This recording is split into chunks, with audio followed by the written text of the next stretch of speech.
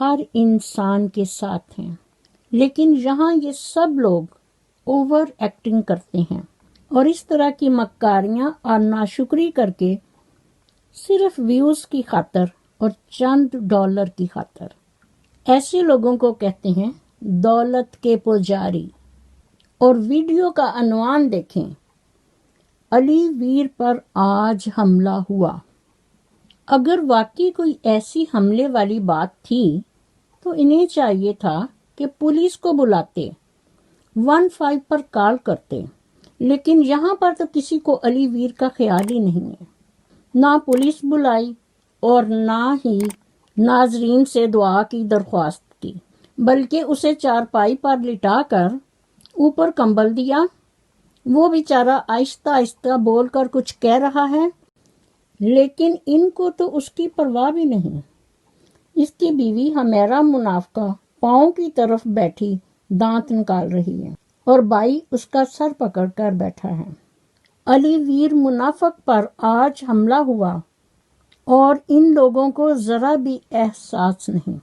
معزز ناظرین، جب انسان اس طرح کی مکاریاں کرتا ہے تو کتنا بھی چھپائے پھر بھی ہنسی نکل آتی ہے، اور وہ اس کی بیوی کی ہنسی سے ظاہر ہو گیا ہے۔ اس کو کہتے ہیں ڈھونگی اور منافقت۔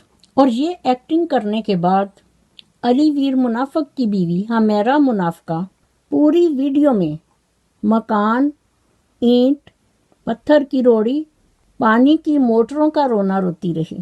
وہ کہتی ہے، یہ دیکھیں اینٹیں، یہ دیکھیں روڑی، دیکھیں شاہد نے روڑی کے اوپر پانی ڈال دیا، یہ سیڑھی پڑی ہوئی ہے، یہ ایک آم کا پودا ہے اور وہ بڑے والا پودا درخت جو ہے وہ آم کا ہے۔ یعنی حمیرہ منافقہ روڑی، بجری اور پانی کی نئی پرانی موٹروں کے رونے رو رہی ہے۔ تو ناظرین، یہ ہیں ان کی چالاکیاں، ہوشیاریاں، مکاریاں اور جھوٹ۔ جب انسان اس طرح کی حرکتیں کرتا ہے تو رحمتیں اور برکتیں نہیں رہتی، اس لیے کہ جھوٹ کی نحوست کے بارے میں باقاعدہ حدیث ہے۔ تو آئیے سنیے کہ حضرت عبداللہ بن عمر رضی اللہ تعالی عنہ سے روایت ہے کہ رسول مقبول صلی اللہ علیہ وآلہ وسلم نے ارشاد فرمایا کہ جب کوئی جھوٹ بولتا ہے تو جھوٹ کی بدبو کی وجہ سے رحمت کا فرشتہ 1 میل دور چلا جاتا ہے۔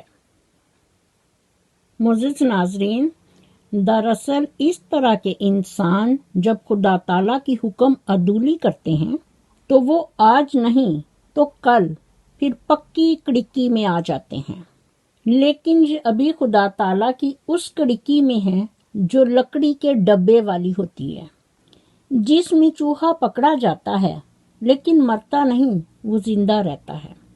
ایسے انسانوں کو اللہ تعالیٰ وقت دیتا ہے، چھوٹ دیتا ہے کہ بھاگو، کہاں تک بھاگتے ہو، جتنی مرضی اونچی اڑان اڑو، آخر واپس تو زمین ہی کی طرف آنا ہے۔ معزز ناظرین، بنی اسرائیل قوم اور دوسری قوموں پر خدا تعالیٰ کے عذاب کیوں نازل ہوئے؟ کیونکہ انہوں نے خدا تعالیٰ اور اس کے رسولوں اور نبیوں اور پیغمبروں کی حکم عدولی کی، خدا تعالیٰ کے پیغام، خدا تعالیٰ کے فرمان اور اس کے رسولوں کی نافرمانی کی۔ جیسا کہ آپ کو معلوم ہوگا کہ بنی اسرائیل قوم میں زیادہ تر لوگ مچھیرے تھے، وہ سمندر پر جا کر مچھلیاں پکڑتے تھے، اور ان کے لیے باقاعدہ فرمان نازل ہوا کہ یوم السبت اور یوم الاحد یعنی ہفتہ اور اتوار، ان 2 دنوں میں کوئی آدمی سمندر پر جا کر مچھلیاں نہ پکڑے۔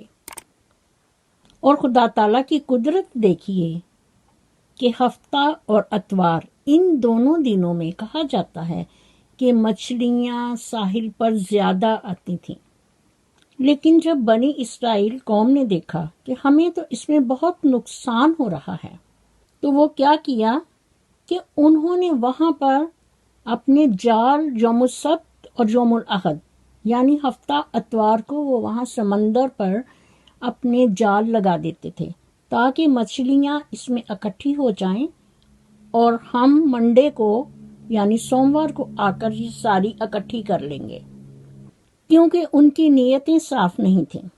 اسی لیے کہا جاتا ہے کہ انما الاعمال بالنیات، کہ اعمال کا دارومدار نیتوں پر ہے، لیکن ان کی نیتیں صاف نہ ہونے کی وجہ سے وہ عذاب الہی کے مستحق ٹھہرے۔ اس لیے بعض جگہ پر روایت ہے اور قرآن مجید فرقان حمید میں باقاعدہ نازل فرمایا گیا ہے کہ قردۃ خاسئین، بندر ہو جاؤ، اور کہا جاتا ہے کہ یہ جو بن مانس جنگلوں میں ہیں یہ انہی کی قسم ہے۔ معزز ناظرین، علی ویر منافق اپنے آپ کو بڑا پڑھا لکھا شو کرتا ہے، لیکن اس سے تو 1000 درجے ان پڑھ لوگ بہتر ہیں۔ تو یہ ہیں ان کی مکاریاں، چلاکیاں، ہوشیاریاں اور دنیا داری، صرف ویوز اور چند ڈالر کے لیے۔ اللہ تعالی ہمیں ایسے منافق، ناشکرے اور کفر کرنے والے لوگوں سے بچائے۔ اسی سے ریلیٹڈ ناظرین آئیے سنیے۔